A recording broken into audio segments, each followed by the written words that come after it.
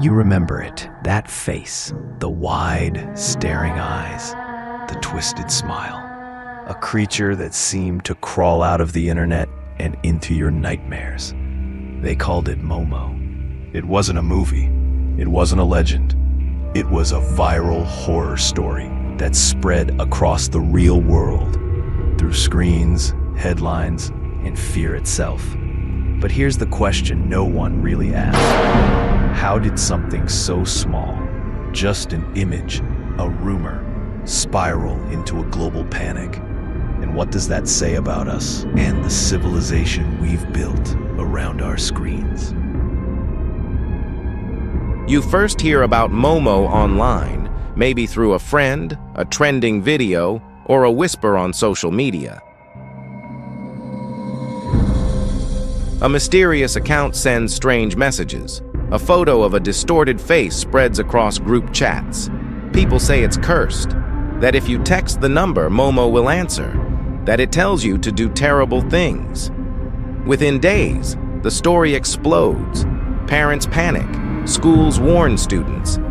News outlets call it the dangerous internet challenge taking over the world. But here's the truth. There was no Momo challenge. No verified victims, no confirmed crimes. The face wasn't a monster. It was a sculpture, created by a Japanese artist named Keisuke Aisawa long before the myth began. He called it Mother Bird. It wasn't meant to scare anyone, but once the image hit the web, it evolved. And that's where the real story begins. Think about how fast information travels now. One click, one post, one share, and a story can reach millions.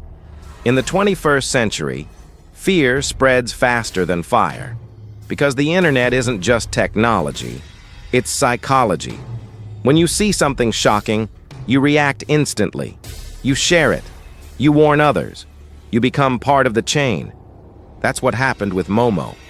Parents, schools, and media outlets amplified the fear, trying to protect kids, but unintentionally spreading the panic. Within weeks, the myth became global. Children who had never seen the image suddenly knew her name. People swore they'd heard her voice, seen her face in the dark, or received messages at night. But what they were really seeing was their own fear, reflected through the screen. Why do people believe in things like Momo? It's not stupidity. It's human nature. You live in an age of constant connection, yet constant uncertainty. When something strange appears, your brain doesn't wait for logic. It reaches for meaning.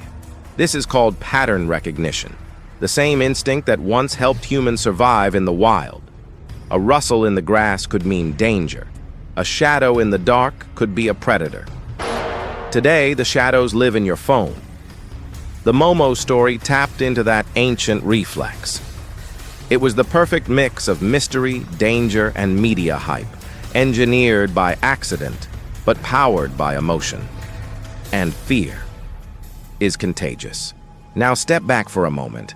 Think about what this story reveals. Not about monsters, but about us. We've built a civilization on information.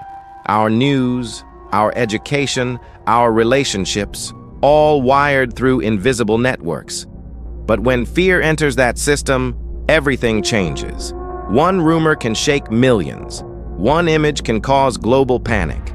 One story can bend perception, politics, even behavior.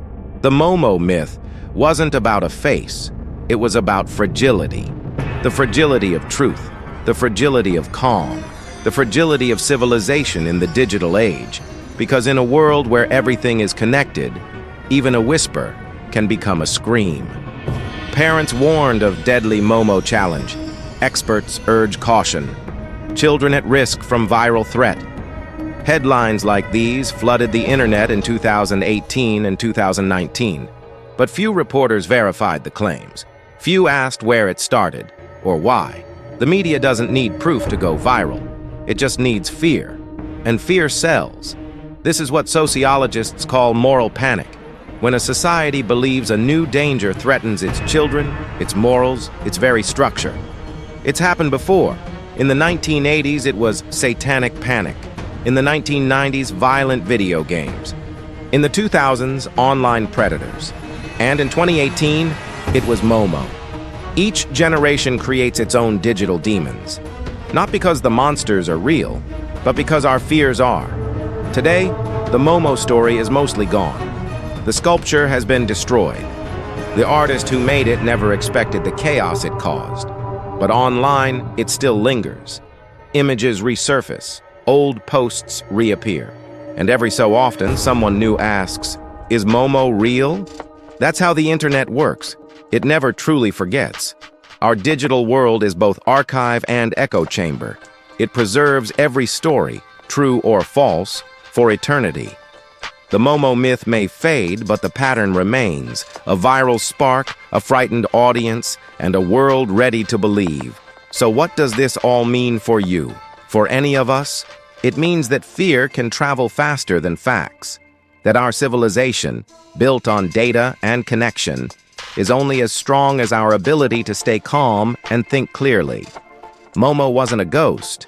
It wasn't a curse. It was a mirror, reflecting how fragile our sense of security really is. In the end, the story isn't about her. It's about us. Behind every panic, there's a person trying to protect someone they love. Behind every rumor, someone searching for truth. Behind every screen, a human being, just like you. The Momo story may have been a hoax, but it showed something real. That in times of fear, we still care.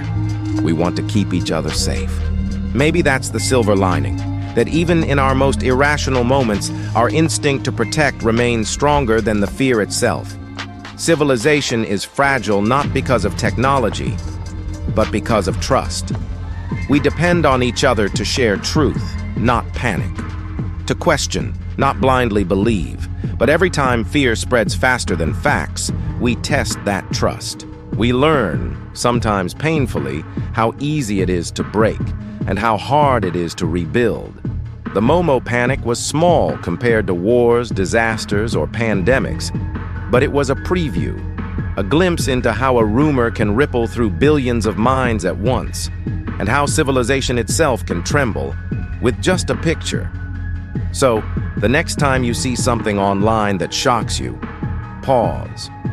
Ask questions.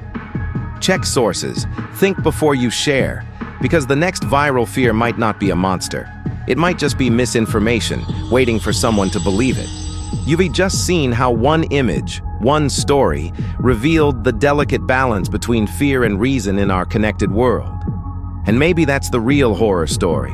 Not what hides in the dark, but what spreads in the light. If you found this story thought-provoking, subscribe for more explorations of real human psychology, history, and the mysteries that shape our modern world.